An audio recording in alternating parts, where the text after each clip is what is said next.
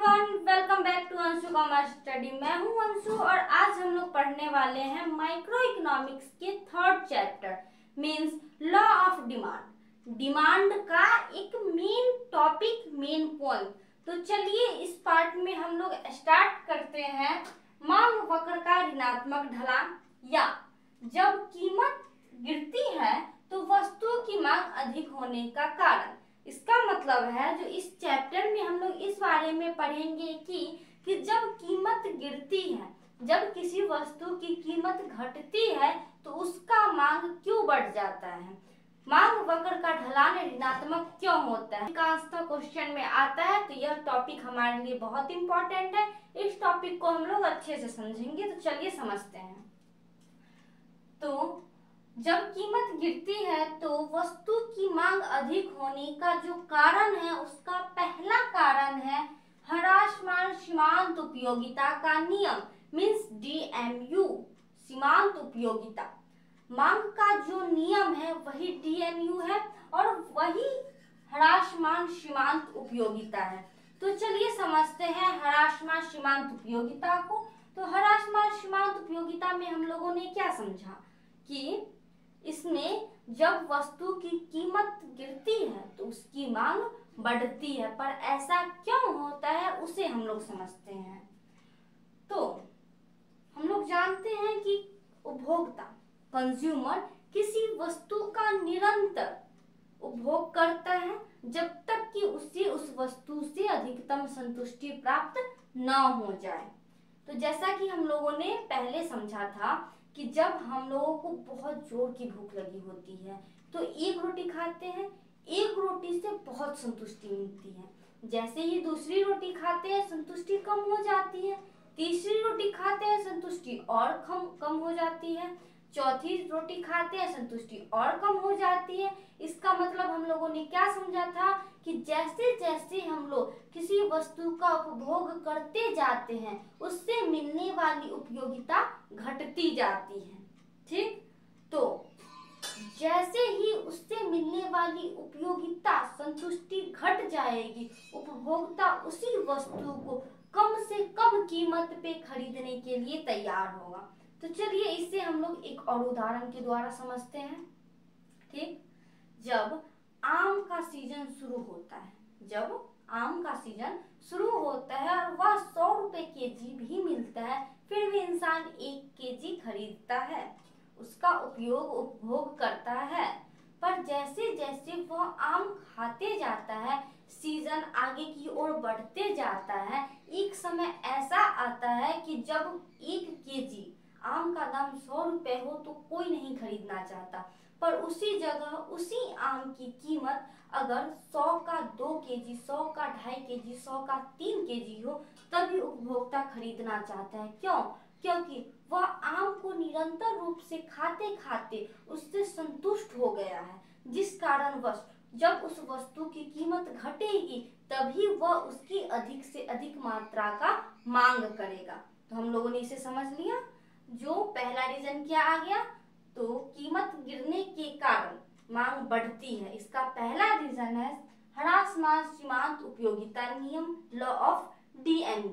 इसमें हम लोगों ने क्या सीखा कि उपभोक्ता निरंतर किसी वस्तु का उपयोग करता है, उपभोग करता है, तो उससे मिलने वाली संतुष्टि घटते जाती है, जिस कारणवश उपभोक्ता कम से कम कीमत पे अधिक से अधिक वस्तु खरीदने के लिए तैयार होता है। हमारा अगला टॉपिक है आय प्रभाव। हम लोग जानते हैं कंज्यूमर, उपभोक्ता, सभी की आय सीमित होती है, सभी का आय लिमिट में होता है, उसकी कुछ आय एक सीमित साधन है। तो आय के सीमित होने के कारण उपभोक्ता कम से कम कीमत पे अधिक से अधिक वस्तु खरीदना चाहता है। क्यों? क्योंकि उपभोक्ता की आय जो है वह सीमित होती है। अगला टॉपिक है विभिन्न उपभोग। विभिन्न उपभोग या विभिन्न उपयोग, तो जिस वस्तु का ज्यादा से ज्यादा उपयोग किया जा सकता है, अलग अलग स्तर पे अलग अलग प्रकार से उपयोग किया जाता है, उसकी कीमत जितनी घटती है उसकी मांग उतनी बढ़ती जाती है। जैसे कि दूध, दूध से मिठाई, पनीर, घी, मक्खन, दूध आदि बनाए जा सकते हैं। इन्हें स्टॉक किया किया जा सकता है, आज हम लोग बनाए और आज ही खत्म हो जाए, ऐसा तो नहीं है। इसे सप्ताह, 2 सप्ताह, महीना ऐसे स्टॉक किया जा सकता है। तो जिस वस्तु का अलग अलग उपयोग है, दूध से ही हम लोग कई प्रकार की चीजें बना सकते हैं और कई दिनों तक स्टॉक करके रख सकते हैं। तो जैसे ही इसकी कीमत में थोड़ा सा भी बदलाव आएगा, थोड़ा सा भी कमी आएगा, इसकी अधिक से अधिक मात्रा खरीदी जाएगी और इसके अलग अलग प्रयोग करके अलग रूप से स्टॉक किए जाएंगे। समझ गए? हमारा अगला पॉइंट है प्रतिस्थापन व पूरक वस्तुओं का प्रभाव। प्रतिस्थापन का मतलब हम लोगों ने समझा था कि एक वस्तु के स्थान पे दूसरे वस्तु को ला देना। तो पेट्रोल के स्थान पे सीएनजी, पेट्रोल के स्थान पे सीएनजी को कैसे लाएंगे? पहले पेट्रोल सस्ता था तो अधिकांश गाड़ियां, ज्यादातर वाहन पेट्रोल से चलने वाले चलाए जाते थे, पर जैसे जैसे पेट्रोल की कीमत बढ़ती जा रही है, हम लोग पेट्रोल के उपयोग को कम कर दिए हैं और उसके स्थान पे सीएनजी को ला दिए हैं। तो यहाँ पे पेट्रोल की कीमत बढ़ गई है, पेट्रोल की कीमत बढ़ने की तुलना में सीएनजी की कीमत कम है, जिस कारणवश सीएनजी का उपयोग ज्यादा से ज्यादा किया जाएगा। उसी प्रकार आ जाते हैं पूरक वस्तुओं पे। तो पूरक वस्तुओं में हम लोगों ने क्या समझा था कि जब एक वस्तु की कीमत बढ़ती है तब दूसरे की मांग बढ़ जाती है। तो यहाँ पे हम लोगों ने पीछे जिस उदाहरण में समझा था, पेन का दाम जब बढ़ गया था तो हम लोग पेन को खरीदना कम कर दिए थे, उसके स्थान पे उसकी पेन के रिफिल को ज्यादा से ज्यादा खरीदे थे और पेन में डाल करके उपयोग किए थे, ज्यादा से ज्यादा यूज किए थे। तो पेन का दाम बढ़ने पर रिफिल की मांग बढ़ जाती है। हम लोगों ने समझ लिया।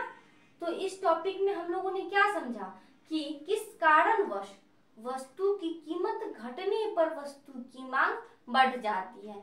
यह टॉपिक बहुत आसान था। इसमें हम लोगों ने किन किन बातों को देखा? पहला, ह्रासमान सीमांत उपयोगिता का नियम, लॉ ऑफ डीएमयू, जिसमें कि हम लोगों ने देखा उपभोक्ता निरंतर उपभोग करने से, उपयोग करने से वह संतुष्ट हो जाता है, जिस कारणवश वह कम कीमत पे अधिक वस्तु को खरीदना चाहता है। उसके बाद आ गए आय प्रभाव।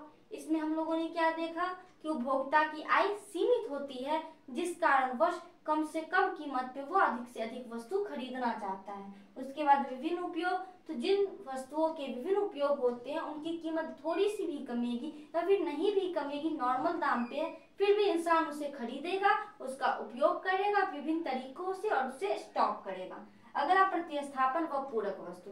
प्रतिस्थापन में क्या देखें?